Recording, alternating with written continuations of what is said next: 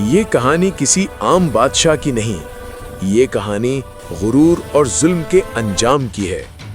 ایک ایسا شخص جو خود کو سب سے بڑا سمجھتا تھا، جس کے ایک حکم سے زندگیاں ختم ہو جاتی تھیں، مگر اللہ کے سامنے اس کی ساری طاقت بیکار ثابت ہوئی۔ آج اس کی لاش دنیا کے لیے نشان عبرت ہے، تاکہ ہر غرور کرنے والا سبق سیکھے۔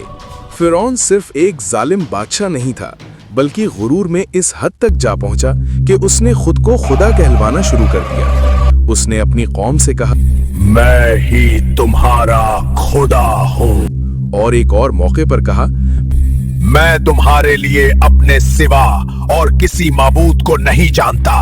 مصر کی سرزمین پر فرعون کی حکومت تھی۔ طاقت، دولت اور لشکروں کی کوئی کمی نہ تھی۔ ایک رات اس نے ایک خوفناک خواب دیکھا۔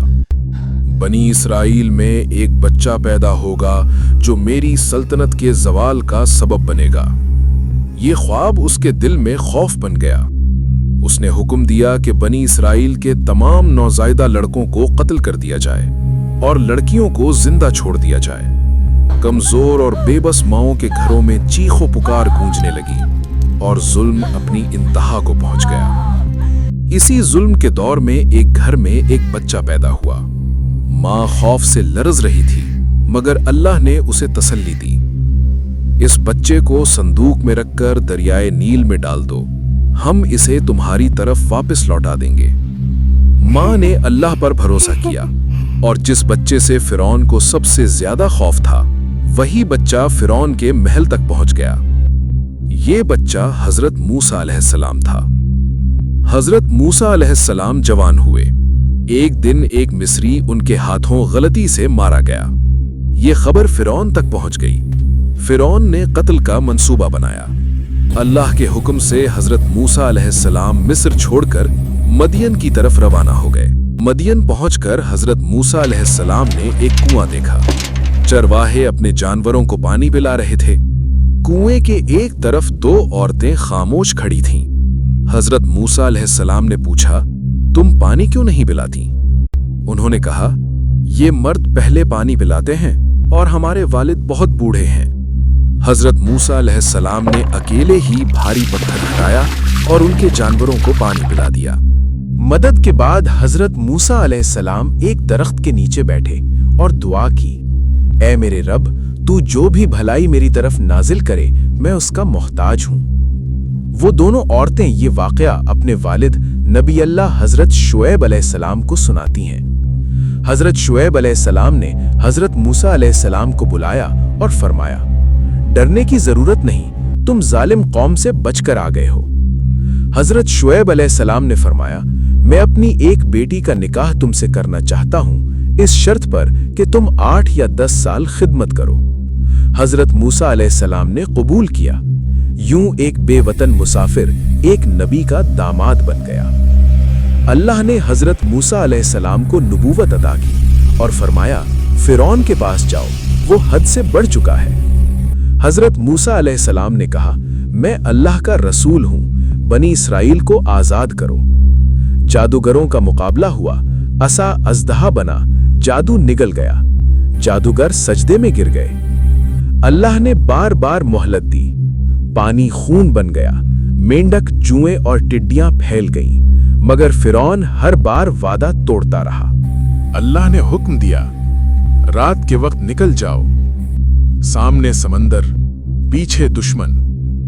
حضرت موسیٰ علیہ السلام نے عصا مارا، سمندر 2 حصوں میں تقسیم ہو گیا، خشک راستہ بن گیا، پانی دیواروں کی طرح کھڑا ہو گیا۔ فرعون لشکر سمیت داخل ہوا، پانی واپس آ گیا۔ ڈوبتے وقت اس نے کہا، میں ایمان لے آیا۔ اللہ نے فرمایا، اب فرعون کی لاش کو محفوظ رکھا گیا تاکہ قیامت تک غرور کا انجام دیکھا جا سکے۔ فرعون کی کہانی ہمیں یہ سکھاتی ہے کہ انسان کی سب سے بڑی تباہی طاقت یا دولت نہیں ہوتی، بلکہ غرور ہوتا ہے۔ فرعون کی اصل گمراہی یہ نہیں تھی کہ اس کے پاس سلطنت تھی، بلکہ یہ تھی کہ اس کے دل میں بس چکا تھا۔ اس نے کہا، میں تمہارا سب سے بڑا رب ہوں، آج کا مسلمان خدائی کا دعویٰ تو نہیں کرتا، مگر اس کے رویوں میں فرعونیت نظر آتی ہے۔ علم پر غرور، فرقے پر غرور، طاقت، عہدے اور فالوورز پر غرور، اور دوسروں کو حقیر سمجھنے کا رویہ۔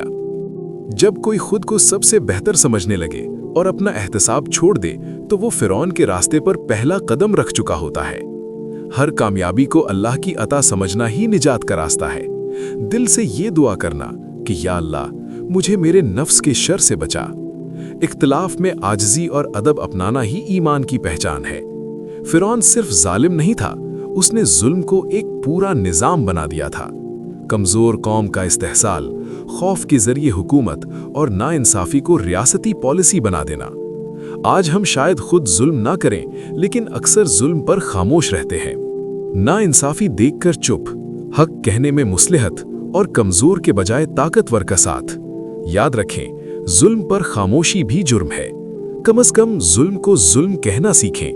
حق کا ساتھ زبان، قلم یا کم از کم نیت سے ضرور دیں، کیونکہ نبی صلی اللہ علیہ وسلم نے فرمایا، ظالم کو ظلم سے روکنا بھی اس کی مدد ہے۔ فرعون کو بار بار نشانیاں دکھائی گئیں۔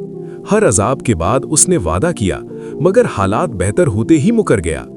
آج ہم بھی یہی کرتے ہیں، گناہ کے بعد توبہ کا وعدہ، پھر وہی گناہ۔ بیماری آئے، نقصان ہو، تنبیہ ملے، مگر زندگی میں کوئی حقیقی تبدیلی نہ آئے۔